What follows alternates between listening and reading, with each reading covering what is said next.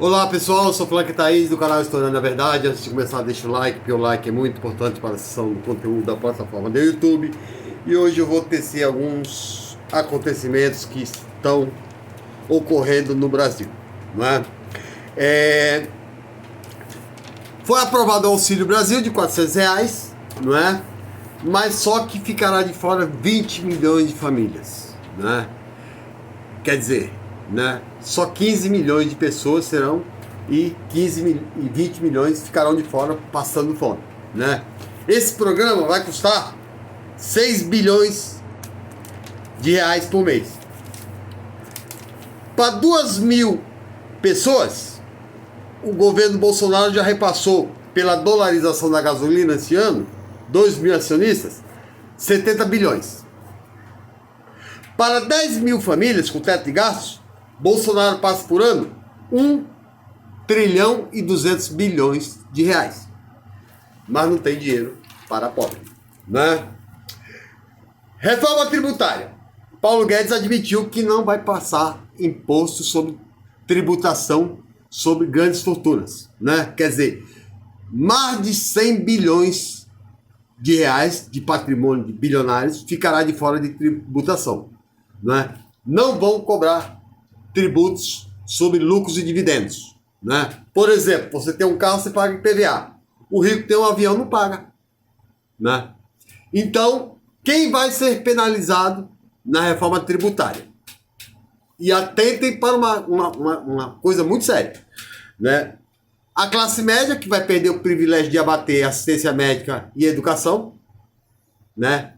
E a classe trabalhadora, que diminuirá o valor para o pobre pagar também, né? Mas o pior, vai acabar o PIS, o COFINS e o PASEP, que são 3 impostos fundamentais para a sustentação do sistema previdenciário estatal. Isso quer dizer que se o Bolsonaro se reeleger, né, o sonho de Paulo Guedes será realizado, que é a capitalização, não é? Que no Chile, né, 30 anos depois, estão vendo o resultado, né? 84% dos aposentados chilenos ganham metade do salário mínimo, né? É o segundo país com maior índice de suicídio no mundo de idosos, né? A escola está, né, a educação pública está correndo sério risco por uns pobres, idiotizados pastores defenderam o homeschooling, né, que é a educação caseira, né, que nem ele, pastor, tem conhecimento para educar o filho, né, mas acredita que a escola doutrina. Se a escola doutrinasse, não existia pobre de direita conservadora. Conservador odeia pobre. E a direita só beneficia os ricos, né? Se tivesse doutrinação freiriana, né, o Bolsonaro jamais seria presidente, né?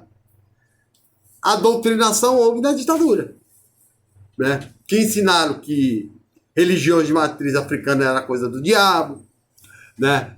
Que a população brasileira, metade, tinha 2 anos de estudo, né? Ensinaram que bom comunista comia criancinha e bom era ser de direita conservadora, né? Conservar os bons valores. Mas o que o conservadorismo defende, né? Defende que o rico mande, a classe média cumpra e o pobre obedeça, sem ascensão social, né? Sem ajuda nenhuma, né? Que o trabalho, segundo eles, a riqueza é fruto do trabalho. Uma puta falsidade. A riqueza é fruto da exploração humana. Inclusive Jesus denunciou isso. E que a pobreza é fruto da preguiça. A pobreza é fruto da injustiça social. Cristo também denunciou isso, né? Então, né, o que mais, né? Está correndo o projeto também da redução da menoridade penal, eu sou contra, né? Porque eles não cumprem os direitos sociais do artigo 6º, né? Que é educação de qualidade, saúde, escola, emprego, saneamento básico, moradia, uma porrada. E querem cobrar. Não cumprem e querem cobrar, né? Excludente de licitude, né? Que é licença para matar pobre, inocente ou não, né? Porque o policial vai poder matar assustado, com medo ou sob forte tensão. Se ele tiver alegar isso para a justiça, ele está livre. Então é licença para matar pobre, porque ele não vai no Morumbi para atirar numa mansão. Ele vai para Paraisópolis. Ele não vai em Copacabana, ele vai na Rocinha. Né? Como eu já disse para vocês e volto a afirmar, quando Karl Marx diz, na crítica da filosofia do direito de Hegel, que a polícia é um braço repressor da burguesia para evitar que o pobre, de tão explorado, se revolte, ela controla, né? Por exemplo, a polícia bate em professor quando faz greve, para não se rebelar mais. Mas não bate em empresário.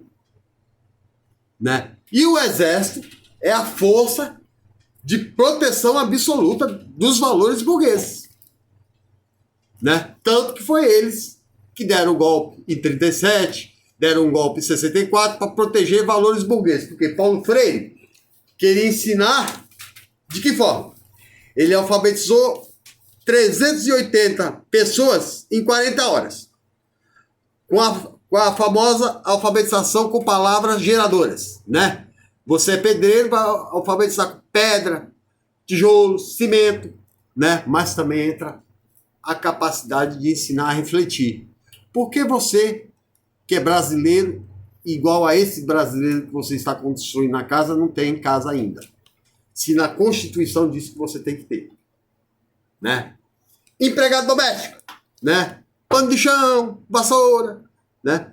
Por que você, né? Porque a maioria das empregadas domésticas são negras, por que você, negra, ainda está em condição de ser escravidão? O que falta para sair? Isso está ensinando a capacidade crítica, e a crítica liberta a pessoa. Por isso, Paulo Freire era perigoso e foi exilado do país. Se o método dele tivesse sido aplicado na época de Jango, hoje nós tínhamos um país que Silas Malafaia não era milionário, que Bolsonaro não mentiria todo dia, né? E as pessoas acreditavam, né? Que eu vi agora o Arthur Duval falando, né? Com o Bolsominion na manifestação. Você é conservador? Sou. Cite um autor do conservadorismo. Ah, aí você está pedindo, né? Então ele é emprenhado pelo ouvido.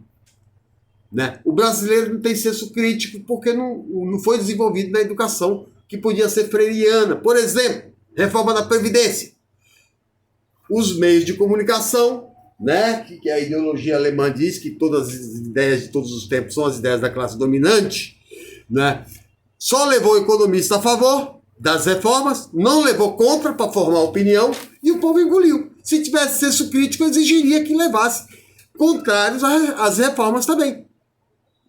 Né? Leva um Eduardo Moreira para debater com o Paulo Guedes.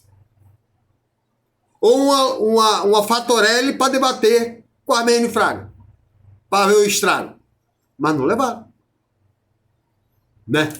E por último, a piada da Jovem Pan. Né?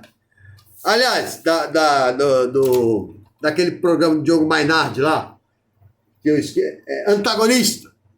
Diz que o Moro está liderando as pesquisas eleitorais se tirar Bolsonaro e Lula. É claro.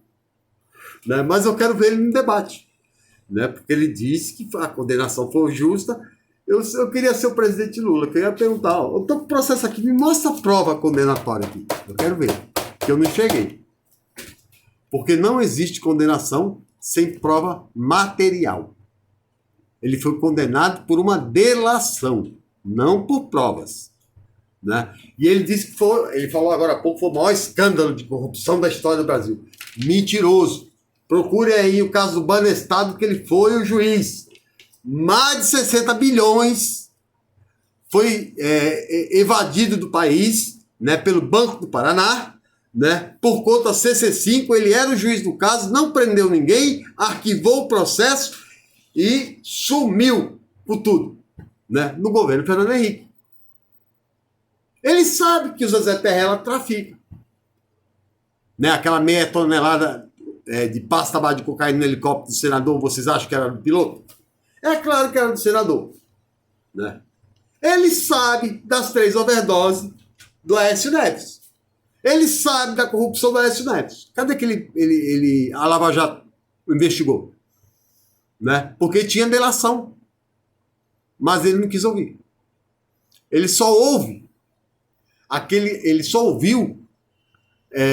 delação para incriminar o Lula, porque o Lula colocou o pobre no orçamento e estava ameaçando a classe média. Por quê? Filha de empregada médico, filho de pedreiro engenheiro, catador de papelão advogado. Que papo é esse?